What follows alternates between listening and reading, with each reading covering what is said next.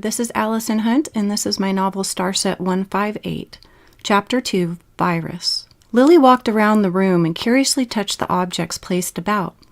There were pretty things, some set even before her time. There was a green jewelry box with many pretty items in it. She found a glass yellow square. She picked it up and looked at it, and then put it back in the box because she didn't know what it was for. She laid on the bed and saw a little stuffed animal, a sea turtle.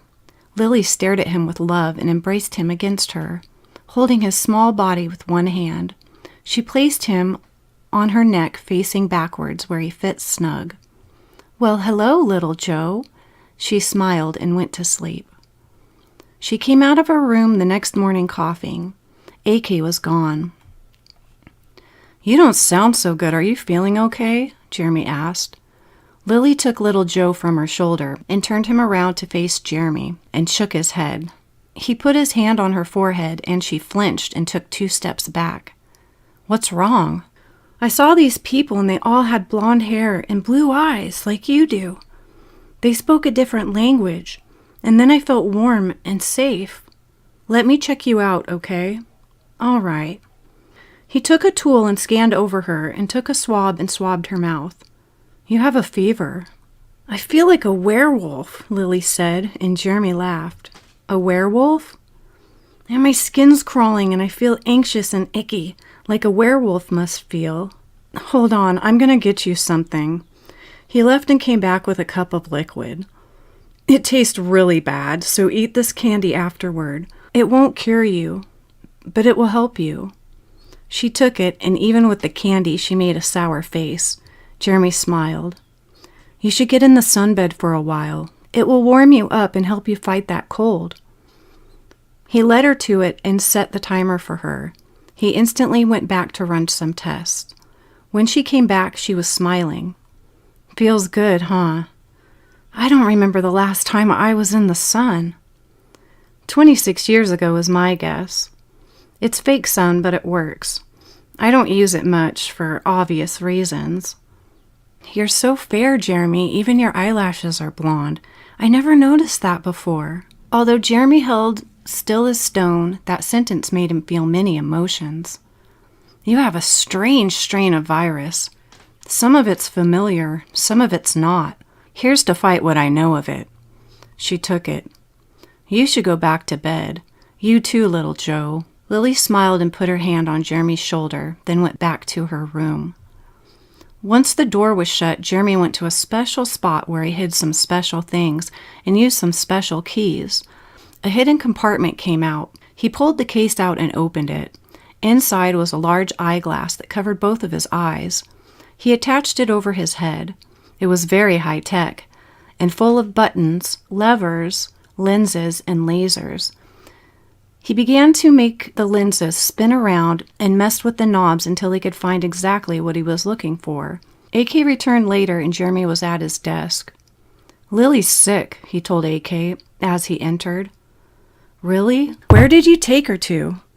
"The Metropolis. Why?" "How many girlfriends have you taken there?" "A few. Why?" "Do you know anyone that may work there?" "No. Why?" "She wouldn't be sick if you didn't take her out." "She probably just picked something up." "I wish." Jeremy slid the microscope over to him. AK looked into the microscope. "What the fuck is that?" "Exactly.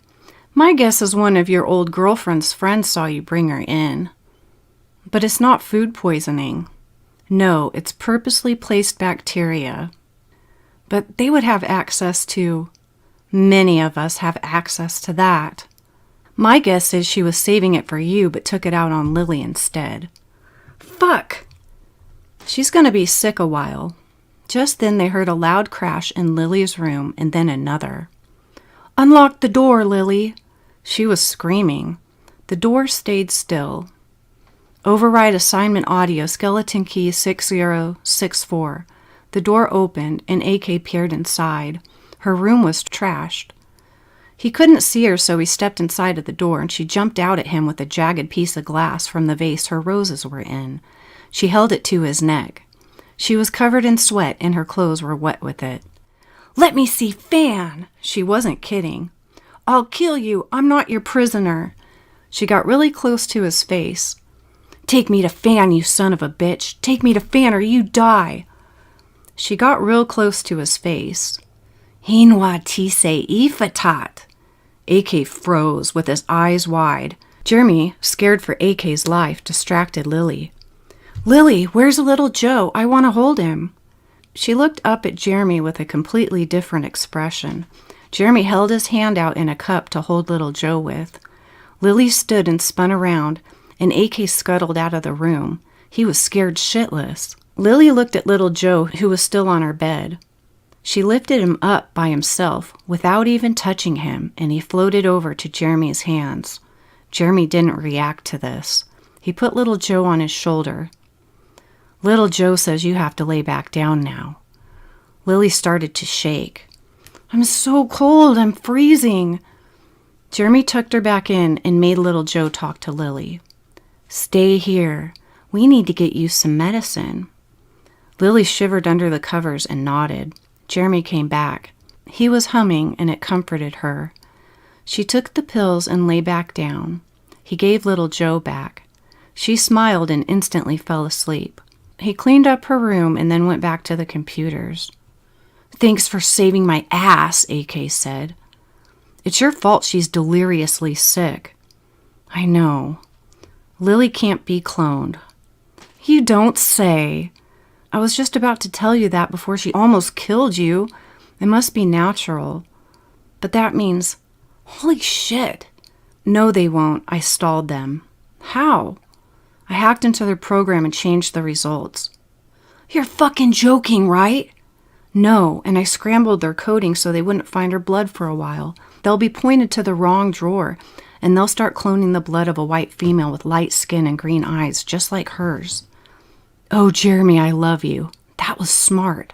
I'm glad you know how to do that shit. Me too.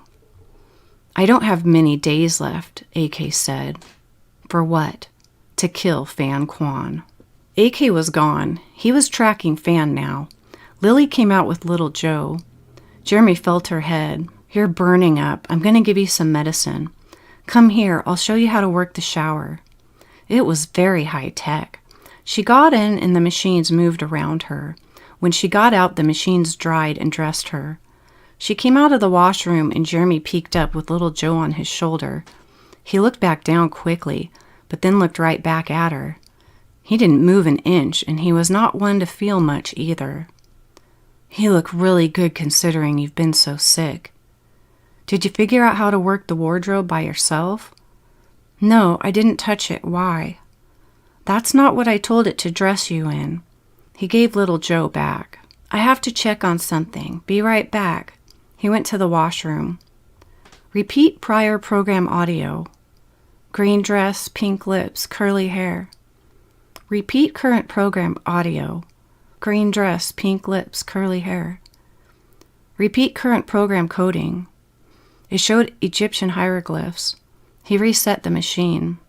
Lily looked like an Egyptian with straight hair, dark eye makeup, and red lips. The dress was white with golden ribbons and was barely covering her at all. Go change, Lily. AK's gonna freak. She said nothing and went back to change. She came back. Jeremy stood up. I'm sorry, I have to. He stunned her with a stun gun. Stay calm. Feel my calm. Feel my peace. He put his hand on her shoulders. Fan's alive. What? Listen and be quiet. He's 60 years old, Lily, and he lives in high establishments. He's married, and whites and clones aren't allowed there at all. Why not? Segregation. Even if you got close, you wouldn't get close. What does the world come to? They don't kill the whites, do they? No, they aren't allowed to kill the clones, but they are tight-knit and they wouldn't like you. I don't care. I must see him. He put me in that damn thing. He needs to take me out. It will be near impossible, so don't get too worked up. Everyone and everything is pulling against you.